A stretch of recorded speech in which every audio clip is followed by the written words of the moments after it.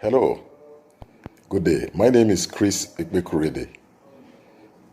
I'm an engineer, the author of several books, and an elder in the Church of Christ. Welcome to my channel once more.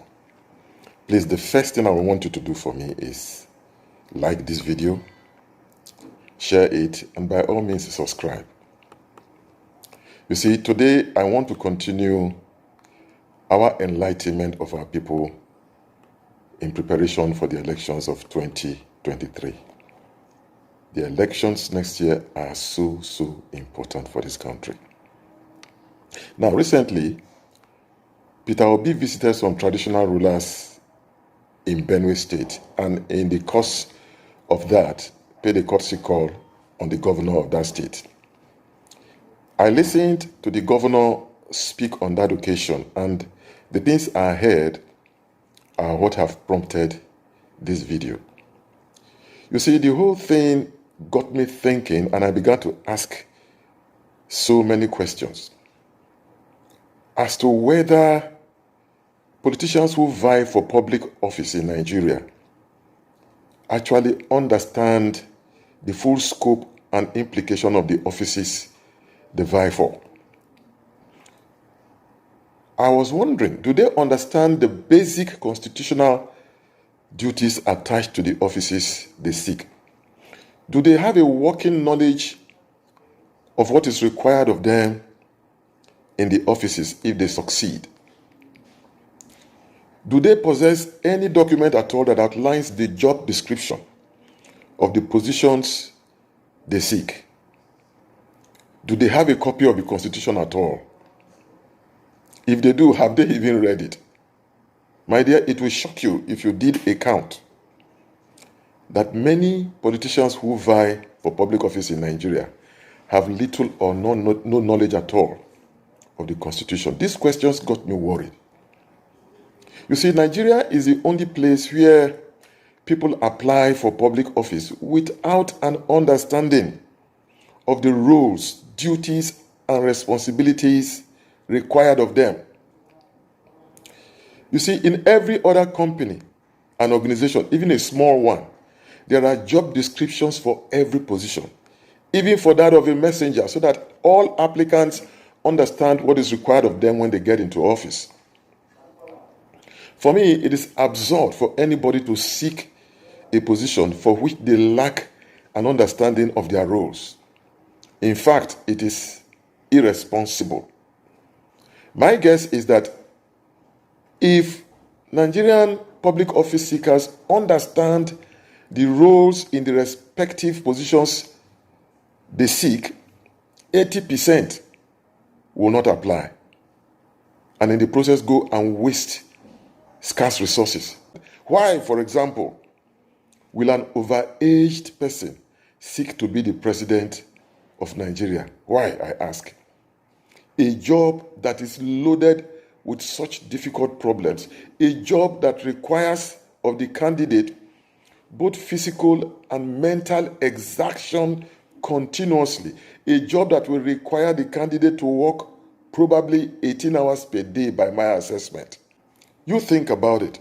Why is it that successful companies retire their leaders, their CEOs, at 60? The reason is simple. Whereas the CEOs possess the experiences required for those positions, there is an additional requirement for their continuity on that role, and that is that they must be both physically and mentally fit. Now, someone may say, well, Chris, why do you make this proposition when an old man is the president of a country like the United States? And my answer is simple and straightforward. Nigeria is not the United States of America.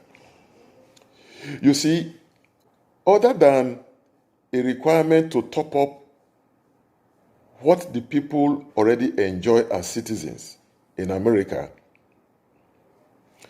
there already exist systems, structures, infrastructure in place to meet the basic needs of the vast majority of the citizens.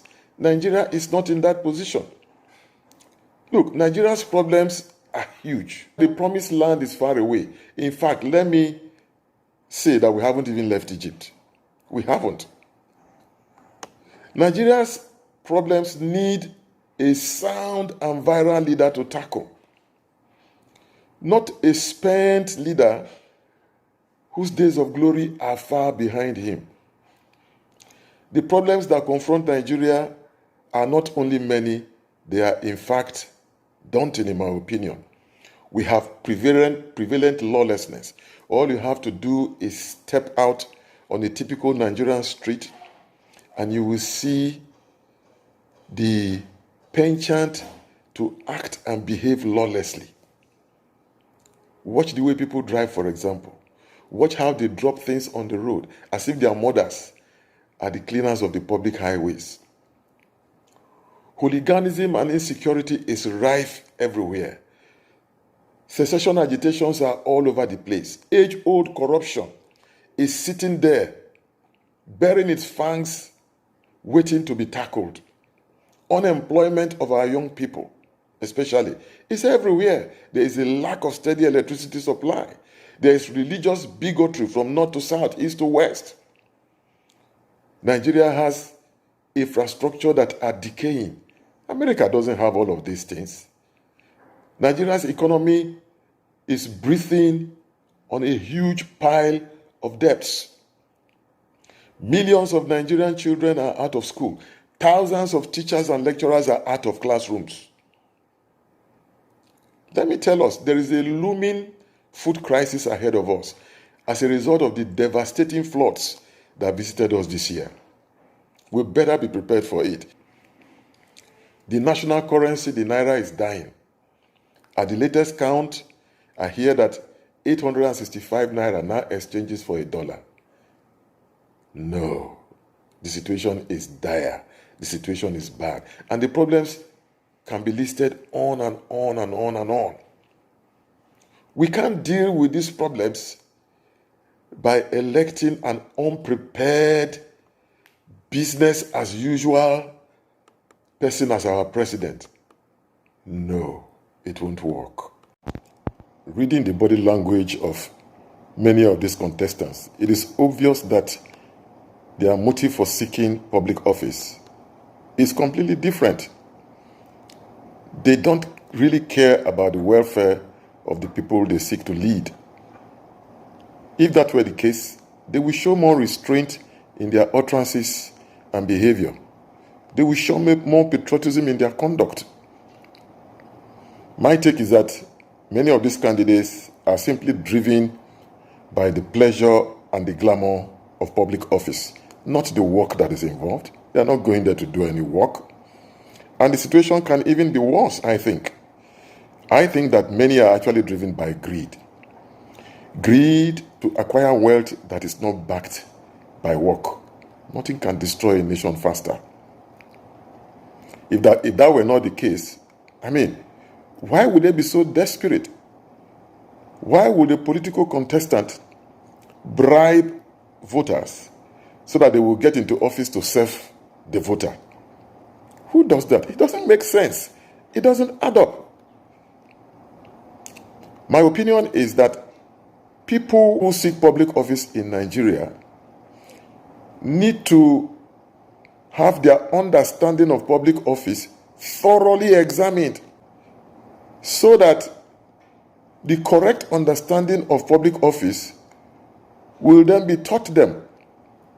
They need to go through an orientation of what public office demands of them. I believe that will be the first hurdle or screening point to qualify people who seek public office in Nigeria. And I doubt that our electoral law and the Constitution have any such provision for screening candidates before they qualify to be voted for. What am I even saying? What is the requirement for the office of the President of Nigeria? The requirement is the possession of a school certificate. That's all. That's what the Constitution says. School certificate. Now ask yourself, what decent job can a school certificate fetch anybody in Nigeria of today. What job? Can you imagine that? A nation as diverse and complex as Nigeria. You see, the lack of understanding of the demands of office brings all manner of uninformed candidates to the park. And this is worsened by their low level of education and enlightenment. Imagine 18 candidates for the president of Nigeria. What for? Forget about their appearances. Forget about their glamorous agbadas and babaringas. Their understanding is questionable, period. Now there is another dilemma, and this is it. The majority of the citizens who have to choose from among these candidates are themselves simply not sufficiently educated and are by and large ignorant.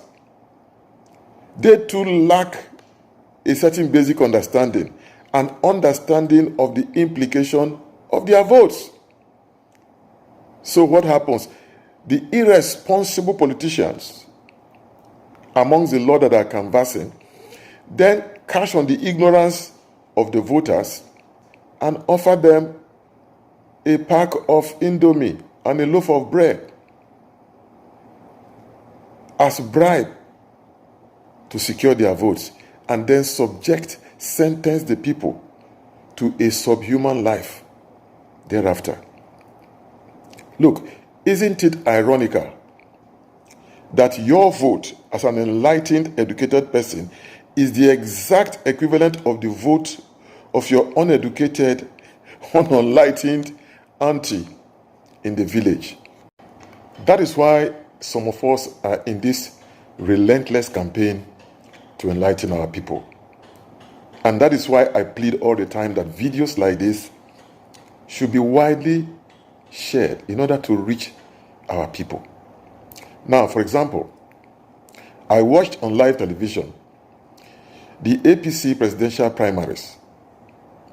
I listened to the candidates make their pitches one after the other. Now, when it came the turn of Vice President Osibanjo to speak, the ovation that welcomed him to the microphone was so loud. It lasted so long that I was saying to my television, won't they at least let this man speak first before they endorse him as their candidate? There were chants of, the man we want, the man we want, the man we want. So naturally, I concluded that the delegates had settled for Osibanjo as the presidential candidate for the APC. But how wrong I was. I was dead wrong. The next morning, when I tuned my television to listen to the vote counts, Tinubu had purchased the ticket overnight. I was scandalized. I was angry. I said to myself, how could delegates, how could Nigerians be so greedy? How could they be so fickle? How could they be so thoughtless? Listen, political party delegates are our worst enemies in this country. They foist on us unfit candidates. For a morsel of meat, they turned Osibanjo into another Jesus. Oh, hail the king today, and then crucify him tomorrow. I was thoroughly disappointed, to say the least. Here was Nigeria missing an opportunity to field another candidate that I considered qualified to be president of this country. I don't know what you think, but that was what I thought. Now, we missed that opportunity on the altar of money politics, a sellable candidate. I asked myself, why do we as a nation sell our patrimony so cheaply? Why do we go for crumbs instead of the substance all the time? Well, may the love of money not destroy Nigeria patapata. You know what? We missed out on Osibanjo as another sellable candidate among the lot. Well, my analysis in the end was that perhaps it was God's own way of making room for a Peter Obi. My prayer is that we will not miss out on the only credible candidate that I see in the lot as we speak. My prayer is that money will not blind our people when it comes time to vote in 2023. At least one man shares my thoughts, and that is the Executive Governor of Benue State, Samuel Otom. Here is a man who has seen enough of the sufferings of his people and has decided to weigh in on the quality of the candidates on offer for presidency. The man suggests that other candidates should in fact step down for Peter Obi. When you watch as the man they speak, he be like say he remains small self, make he cry over the matter. Watch the video.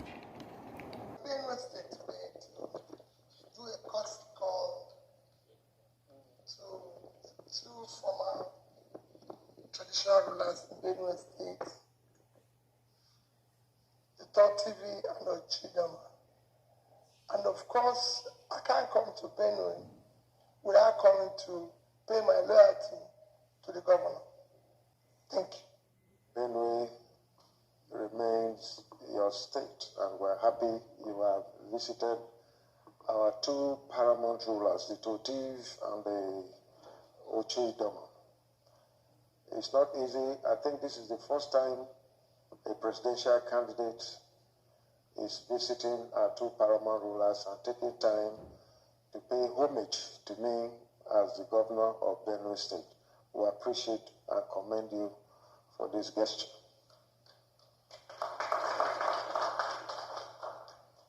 And to say that we remain grateful. Our prayers are with you. As I always say, it is God that crowns. John 3:27, I say again, a man can receive nothing except is given to him from above. But if it were given to human beings to judge, I think if Nigeria needs to make a choice, you are one of the finest candidates that we have in this country. In terms of education, in terms of character, in terms of performance, in terms of reaching out, in terms of accommodation, in terms of being a pan-Nigerian, in terms of industrialization and passion to ensure that our country is liberated from where we are, out of insecurity to security, and out of economic woes to economic vibrancy, and out of lack of adequate social life. You have the capacity to make things work. Let me say this again. Where we are in our country, Nigeria, today, we should not be looking at party. We should not be looking at where someone comes from. But we should be looking at the capacity of a personality that will be able to deliver us from the mess we are in Nigeria today. And Peter Obi, from your antecedents, you have the capacity. If I were God, I would have said everything, but I'm not God. So it's difficult for me to say it. But I admire your courage, your capacity, and your commitment to the well-being of our people. All that I can say, the God that seeth the heart, let him bless you. And the God that seeth the heart, and the God that crowns, if it is his will, let him crown you. Because it is not a matter of party or structures or anything or where you come from. If God decides that it is you, nobody can stop you. I am a living example. 2015, how I became governor. 2019, how I became governor is visible in this country, and in our state. And so if God wants you, you'll be there. Continue with your peaceful campaign. But I want you to reach out to your colleagues who are also aspiring and solicit their support to be their servant. If you are elected, you work with them. We need everybody to work together and ensure that we get ourselves out. Then we can sit down and restructure our country to ensure that we match with other developing countries, and they are. So it is not about Peter Obi, it is not about Atiku, it is not about Tinubu, it's not about Kwankwaso, it's not about the other people, but it's about Nigeria. For me, I'm thinking Nigeria. What can we do? So there is nothing wrong in all of you, the front runners of this campaign for 2023 for the presidency, to come together and sit and say, look, this man should step down, this one should step down, let one person go, because it is only one seat that is there. So I pray that that kind of day will come, so that we begin to work together. I said it before, if I were not in PDP, Peter Obi would have been my candidate, and I would have been there with him. But I'm in PDP, that is my handicap. But my prayers are with you. God bless you. An autumn's suggestion appears to sell among some PDP youths. Watch this video.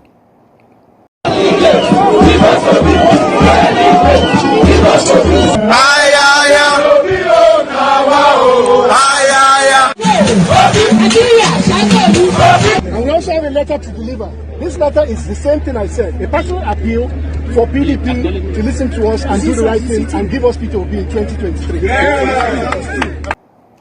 So why is Autumn feeling handicapped? Why does he feel handicapped in throwing his full weight behind Peter Obi just because he belongs to the PDP? He belongs to the PDP.